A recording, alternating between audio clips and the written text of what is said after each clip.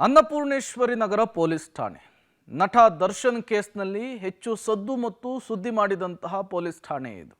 ನಟ ದರ್ಶನ್ ಅವರನ್ನ ಇನ್ವೆಸ್ಟಿಗೇಷನ್ಗೆ ಒಳಪಡಿಸಿದ್ದು ಕೂಡ ಇದೇ ಠಾಣೆಯಲ್ಲಿಯೇ. ನಟ ದರ್ಶನ್ ಅವರಿಗೆ ವಿಐಪಿ ಟ್ರೀಟ್ಮೆಂಟ್ ಕೊಟ್ಟಿದ್ದಾರೆ ಅನ್ನುವಂತಹ ಆರೋಪ ಈಗ ಠಾಣೆಯ ಮೇಲೆ ಕೇಳಿ ಬಂದಿರುವಂಥದ್ದು, ಅಲ್ಲಿಯ ಸಿಬ್ಬಂದಿಗಳ ಮೇಲೆ ಕೇಳಿ ಬಂದಿರುವಂಥದ್ದು. ಈ ಕುರಿತಂತೆ ಒಂದು ವರದಿ ಇದೆ, ಬನ್ನಿ ನೋಡ್ಕೊಂಡು ಬರೋಣ. ಎಪಿ ನಗರ ಪೊಲೀಸ್ ಠಾಣೆಯಲ್ಲಿರೋದು 4 ಸಿಸಿಟಿವಿ. ಆರ್ಟಿಐ ಅರ್ಜಿಗೆ ಸುಳ್ಳು ಮಾಹಿತಿ ನೀಡಿದ್ರ ಪೊಲೀಸರು.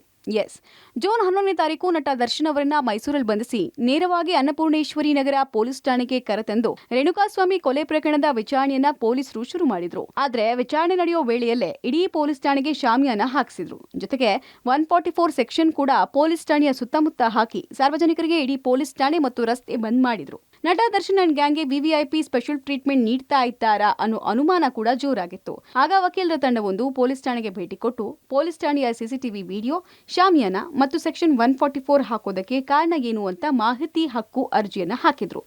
ಇದಕ್ಕೆ ಅನ್ನಪೂರ್ಣೇಶ್ವರಿ ನಗರದ ಪೊಲೀಸರು ಉತ್ತರಿಸಿದ್ದು, ಇಡೀ ಠಾಣೆಯಲ್ಲಿ 4 ಸಿಸಿಟಿವಿ ಇದೆ, ವಿಡಿಯೋ ನೀಡೋಕೆ ಆಗಲ್ಲ ಅಂತ ಉತ್ತರಿಸಿದ್ದಾರೆ ಎನ್ನಲಾಗಿದೆ. ಜೊತೆಗೆ ಶಾಮಿಯಾನ ಹಾಕಿದ್ರ ಬಗ್ಗೆ ಆಗ್ಲಿ ಯಾವ ಕಾರಣಕ್ಕೆ ನಿಷೇಧಾಜ್ಞೆಯನ್ನ ವಿಧಿಸಿದ್ರು ಅನ್ನೋದಕ್ಕೂ ಉತ್ತರಿಸಿಲ್ಲ. ಈ ವಿಚಾರದಲ್ಲಿ ಪೊಲೀಸರು ಮಾಹಿತಿ ಹಕ್ಕು ಕಾಯ್ದೆಯ ಜೊತೆಗೆ ಸುಪ್ರೀಂ ಕೋರ್ಟ್ ಆದೇಶವನ್ನ ಉಲ್ಲಂಘನೆ ಮಾಡಿದ್ದಾರೆ. ನಟ ದರ್ಶನ್ಗೆ ಸ್ಪೆಷಲ್ ಟ್ರೀಟ್ಮೆಂಟ್ ಕೊಟ್ಟಿದ್ದಾರೆ. ನಾವು ಕಾನೂನಿನ ಅಡಿಯಲ್ಲಿ ಹಾಕಿದ ಅರ್ಜಿಗೆ ತಪ್ಪು ಮಾಹಿತಿ ಕೊಟ್ಟಿದ್ದು, ಈ ವಿಚಾರವಾಗಿ ನಾವು ಮತ್ತೆ ಮೇಲ್ಮನವಿಯನ್ನ ಸಲ್ಲಿಕೆ ಮಾಡ್ತೇವೆ. ಪೊಲೀಸರು ಮಾಹಿತಿ ಹಕ್ಕು ಕಾಯ್ದೆ ಮತ್ತು ಸುಪ್ರೀಂ ಕೋರ್ಟ್ ಡೈರೆಕ್ಷನ್ ಗಳನ್ನ ಗಾಳಿಗೆ ತೂರಿದ್ದು, ಈ ಬಗ್ಗೆ ನಾವು ಕಾನೂನಿನ ಅಡಿಯಲ್ಲೇ ಹೋರಾಟ ಮಾಡ್ತೇವೆ ಅಂತಿದ್ದಾರೆ ಆರ್ಟಿಐ ಅರ್ಜಿ ಹಾಕಿದ್ದ ವಕೀಲ ಉಮಾಪತಿ. ಆಕ್ಟರ್ ಆದ ದರ್ಶನ್ ಮತ್ತು ಸಂಗಡಿಗರಿದಾರಲ್ಲ, ಅಕ್ಯೂಸ್ಡ್ ಆಗಿದಾರಲ್ಲ, ಅವ್ರಿಗೊಂದು ಸ್ಪೆಷಲ್ ಟ್ರೀಟ್ಮೆಂಟ್ ಕೊಡ್ತಾ ಇದ್ದಾರೆ ಅಂತ ಹೇಳ್ಬಿಟ್ಟು ಒಂದು ಅಲಿಗೇಷನ್ ಬಂದಿದ್ದಕ್ಕೆ ನಾವು RTI ಅಪ್ಲಿಕೇಶನ್ ಹಾಕಿ ಆ CCTV ಫುಟೇಜ್ನ ತಗೊಳಕ್ಕೆ ನಾವು ಆ RTI ಅಪ್ಲಿಕೇಶನ್ ಹಾಕಿದ್ವಿ. ಮಾನ್ಯ ಸರ್ವೋಚ್ಚ ನ್ಯಾಯಾಲಯದ ಆದೇಶವನ್ನು ಅವರು ಕಡೆಗಣಿಸಿದ್ದಾರೆ, ಬೇಜವಾಬ್ದಾರಿಯಾದ ಒಂದು ಉತ್ತರ ಕೊಟ್ಟಿದ್ದಾರೆ. ಅದನ್ನು ನಾವು ಇದನ್ನ ಮುಂದೆ ಕಾನೂನು ಕ್ರಮವಾಗಿ ಮೊದಲನೇ ಪ್ರಾಧಿಕಾರ ಅಂತ ಮೇಲ್ಮನವಿ ಪ್ರಾಧಿಕಾರ ಅಂತ ಹೇಳ್ತೀವಿ, RTI ಆಕ್ಟ್ ಅಡಿಯಲ್ಲೇ ಇದೆ.